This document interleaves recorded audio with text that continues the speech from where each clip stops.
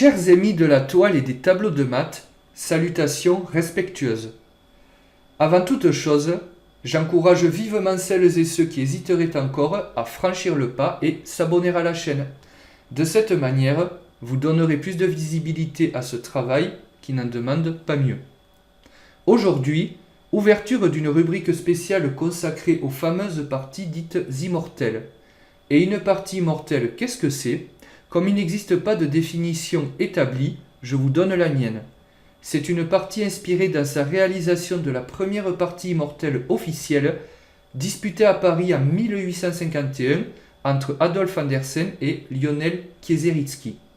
Je l'analyserai sur la chaîne prochainement.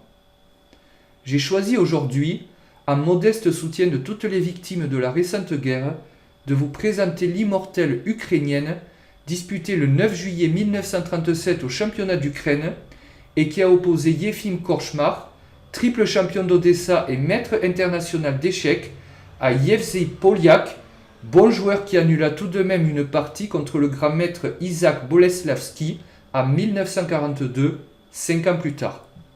Je vous souhaite un excellent visionnage. Dans cette partie, Korczmar a les blancs et il se décide de débuter par le coup E4. Son adversaire Poliak répond E5 et après cavalier F3, le cavalier est développé sur une case naturelle pour venir attaquer le pion des noirs en E5. Cavalier C6 le protège et maintenant fou B5. Vous avez sans nul doute reconnu les premiers coups de l'ouverture ou partie espagnole ou Ruy Lopez. Ce à quoi les noirs répondent par le modeste coup D6. Passé de mode aujourd'hui, ce coup est appelé la défense Steinitz, du nom du premier champion du monde officiel du jeu d'échecs Wilhelm Steinitz, mais ce coup ne contribue en rien à lutter pour le centre et aujourd'hui on préfère le coup A6 pour les noirs, la défense Morphy qui pose directement la question au fou espagnol, ou encore le coup cavalier F6, aujourd'hui super populaire et à la mode parmi les meilleurs joueurs du monde. Ce coup cavalier F6 qu'on appelle la défense berlinoise vient attaquer ou plutôt contre-attaquer le pion des blancs en E4 et il a été remis au goût du jour par Vladimir Kramnik, champion du monde dans son match pour le titre suprême contre le King Garry Kasparov à Londres en 2000. Et pour que vous le sachiez, cavalier F6 a aujourd'hui les faveurs du superordinateur AlphaZero et Magnus Carlsen l'emploie constamment, autant dire qu'il est très bon. Mais à la place, c'est le coup D6 qui a été choisi. Nous sommes en 1937, il n'y a pas autant d'analyses qui ont été faites et les noirs ont choisi D6. D4 maintenant de la part des blancs qui viennent prendre pied activement au centre avec l'idée déjà de capturer un pion puisque le cavalier des noirs est cloué et ne défend pas vraiment E5. C'est pourquoi ils jouent fou D7. Enlève le clouage et le cavalier retrouve sa liberté de manœuvre. Cavalier C3 de la part des blancs. Alors cavalier C3 est un coup que j'aime tout à fait. On développe les pièces et on ne perd pas de temps. Mais à noter que dans une espagnole pure entre guillemets, c'est plutôt le coup C3 qui est joué. Alors me direz-vous, on enlève sa case naturelle au cavalier B1. C'est vrai, mais le cavalier est appelé à transiter par D2, puis F1, puis G3 ou E3. Pour terminer sa course sur F5, et quand le roi des noirs aura fait le petit roc, eh bien le cavalier sera idéalement posté pour attaquer le roi des noirs. Raison pour laquelle on joue plutôt ce type de schéma, mais cavalier C3 est un très bon coup qui développe naturellement le cavalier. Je ne peux pas blâmer les blancs pour ça. Maintenant, cavalier F6 de la part des noirs qui viennent eux aussi développer naturellement leurs pièces. Le cavalier garde un œil sur E4 pour l'instant protégé par le cavalier C3 et petit roc de la part des blancs qui complètent leur développement avec brio. Vous voyez, ils n'ont joué en aucune manière la même pièce plusieurs fois dans l'ouverture, mais ils se développent rapidement, ce que les noirs ont fait eux aussi. Mais cavalier prend D4 a été ici joué. Alors cavalier prend D4 est une bonne idée de la part des noirs. Une bonne idée pourquoi ? Eh bien parce que si vous regardez, les noirs manquent d'espace. Pour Pourquoi? Parce qu'ils n'ont qu'un seul pion qui joue sur la 5e rangée, c'est-à-dire leur 4e rangée à eux, ce qui fait que les blancs, mécaniquement, ont un peu plus d'espace. Raison pour laquelle les noirs vont rechercher les échanges avec cavalier prend D4, et ces choses faites, attention, le cavalier et le fou attaquent celui-ci, donc on doit bien le défendre. Fou prend D7, échec est joué, dame prend D7, cavalier prend D4, E prend D4, dame prend D4, et nous nous retrouvons dans cette position où les noirs ont joué une bonne idée qui consistait à rechercher des échanges de pièces mineures, mais qu'est-ce qu'on voit en retour? Les blancs ont gardé leur avantage d'espace puisque maintenant leur pion est sur leur 4e rangée, tandis que le pion D6 est sur la 3e rangée des noirs. Et en même temps, cette dame est plus ou moins inexpugnable, difficile à chasser, puisque sur un coup comme C5, ce pion-ci deviendrait arriéré, c'est-à-dire qu'il serait la cible de pièces lourdes sur une colonne semi-ouverte. Les pièces lourdes, c'est la dame et les 2 tours, et on aurait du mal à le protéger ou à l'avancer. Raison pour laquelle on n'a pas envie de jouer C5 et chasser la dame, qui, du coup, se retrouve idéalement placée sur une case centrale. Fou E7 de la part des noirs, qui cherchent eux aussi à compléter leur développement et mettre leur roi à l'abri. Tour D1, très bon coup de la part des blancs, qui anticipe le prochain coup des noirs, c'est-à-dire le petit roc, puisque maintenant les blancs, quelle idée ont-ils? E5, avec l'idée évidente que le pion est cloué, puisque on perdrait une pièce et un coup comme fou D6 n'emprisonnerait pas la tour puisqu'on ne voit pas comment on attaquerait la tour blanche, et il y aurait ici bien sûr cavalier B5 qui attaquerait le fou, donc tout ça n'irait évidemment pas pour les noirs. Donc après le coup E5, cavalier E8 a été préféré avec l'idée de venir protéger le pion D6, mais la position du cavalier est maintenant malheureuse et cette tour ne peut plus bouger. A noter qu'on interrompt par là même la connexion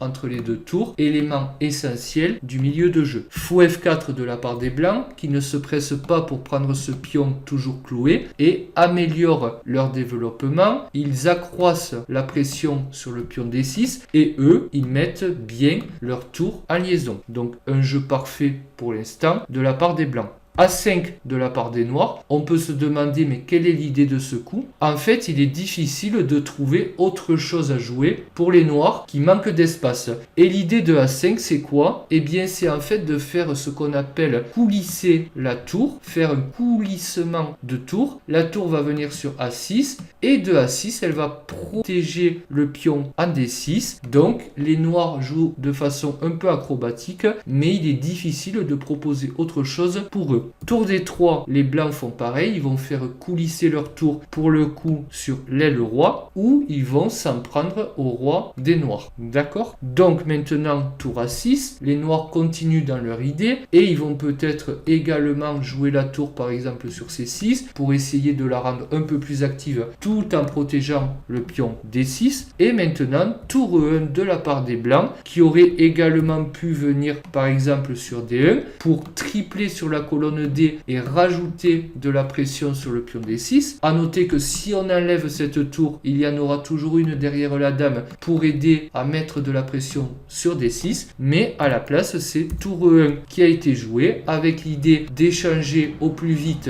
maintenant en D6 et ouvrir la colonne pour la tour E1.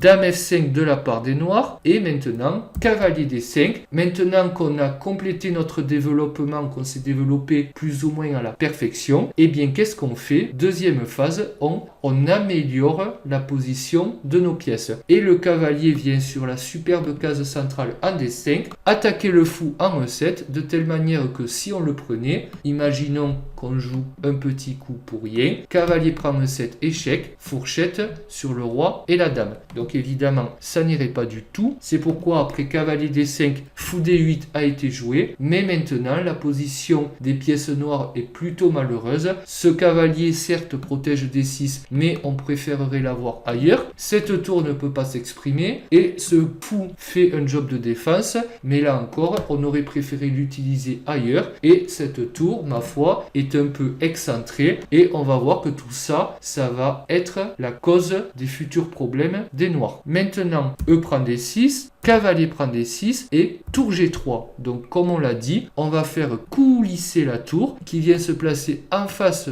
du roi des noirs et on va voir que cette tour va être utile pour la suite de la partie. F6 maintenant de la part des noirs. Tour G3 menacé discrètement du mat en G7, raison pour laquelle on a joué le coup F6. Et fou H6 de la part des blancs. Super coup, on permet à la tour d'attaquer G7 encore une fois puisque le fou vient aider à l'attaque de ce pion. Et évidemment, le pion est cloué par la tour. Donc qu'est-ce qu'on fait? Tour F7 pour protéger ce pion. Et maintenant, nous en arrivons à la position critique de cette partie. Si vous le désirez, vous pouvez mettre la vidéo sur pause et essayer de trouver un coup brillantissime pour les blancs. Alors j'espère que vous avez mis la vidéo sur pause et qu'est-ce qu'ont joué les blancs? Ils ont joué cavalier B4. Waouh! Un magnifique coup qui vient directement attaquer la tour A6. Donc évidemment, si on ne faisait rien, on gagnerait cette tour. Donc on gagnerait la qualité et en plus on ruinerait la structure de pion des noirs. Mais évidemment, il faut compter sur A prend B4 qui a été joué dans la partie. Et quelle est l'idée en fait de ce coup? Eh bien l'idée, vous pouvez remettre la vidéo sur pause si vous voulez. Et le coup, c'était en fait dame prend D6. Magnifique, sacrifice de dame. Et en fait, je reviens un coup plus tôt pour vous dire que le coup cavalier B4, en fait, l'idée c'était de sacrifier le cavalier, mais surtout, l'idée c'était d'avoir une découverte sur ce cavalier noir. Et l'idée c'était bien de sacrifier la dame. Et on a pu faire cela en se hâtant et en sacrifiant le cavalier aussi. Donc après dame prend D6, il faut savoir qu'est-ce que vont faire les noirs et surtout qu'est-ce qu'ont prévu les blancs. Alors sur un coup comme tour prend D6, on garde la structure de pion intacte, on améliore la position de notre tour excentrée et surtout on s'empare de la dame des blancs qui ont sacrifié un cavalier et leur dame. Et bien en fait il y aurait le magnifique tour E8 échec, après quoi tour F8 serait obligatoire pour parer la menace, suivi de tour prend G7 échec, le roi est obligé de venir en H8 et il suivrait tour prend F8 échec et mat. Un magnifique et spectaculaire tableau de mat, raison pour laquelle après dame prend D6 on ne peut pas prendre la dame. De même, si on joue C prend D6, c'est la même punition, tour E8 échec, tour F8, tour prend G7 échec, roi H8, tour prend F8 échec et mat. Raison pour laquelle après dame prend D6, eh bien les noirs, la mort dans l'âme, ont joué dame D7. Dame D7 pour venir attaquer la dame une fois de plus et surtout protéger la case E8, case très importante, on l'a vu. Mais malheureusement, les noirs n'avaient pas vu le coup suivant des blancs, spectaculaire. Si vous le désirez, vous pouvez mettre la vidéo sur pause et tenter de trouver ce qu'ont joué les blancs. Et les blancs, eh bien, ils ne se sont pas démontés et ils ont encore une fois joué un coup spectaculaire. Et maintenant, pour ceux qui ne le savaient pas, vous commencez à comprendre ce qu'est une partie immortelle. C'est une partie où généralement on sacrifie énormément de matériel de telle manière qu'on en reste quoi et que la partie restera dans les annales pour sa beauté et pour le culot du joueur entreprenant. Dame D5 a été joué. Magnifique. Le sacrifice de dame suivant et la dame encore une fois est à bout.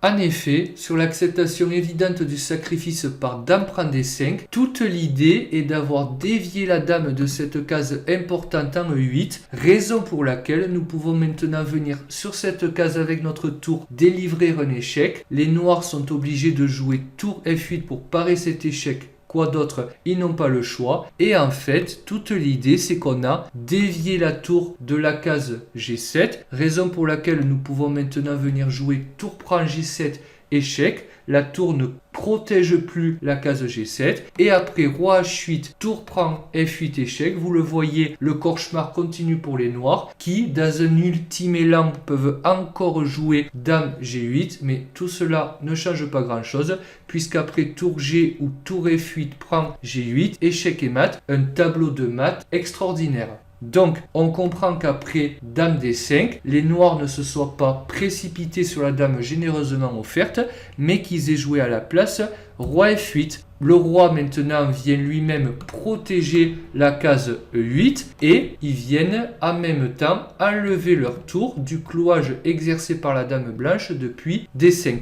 Mais si vous le voulez, eh bien vous pouvez à nouveau mettre la vidéo sur pause et tenter de trouver le coup suivant des blancs, qui n'est pas facile, mais je vous fais confiance pour le trouver.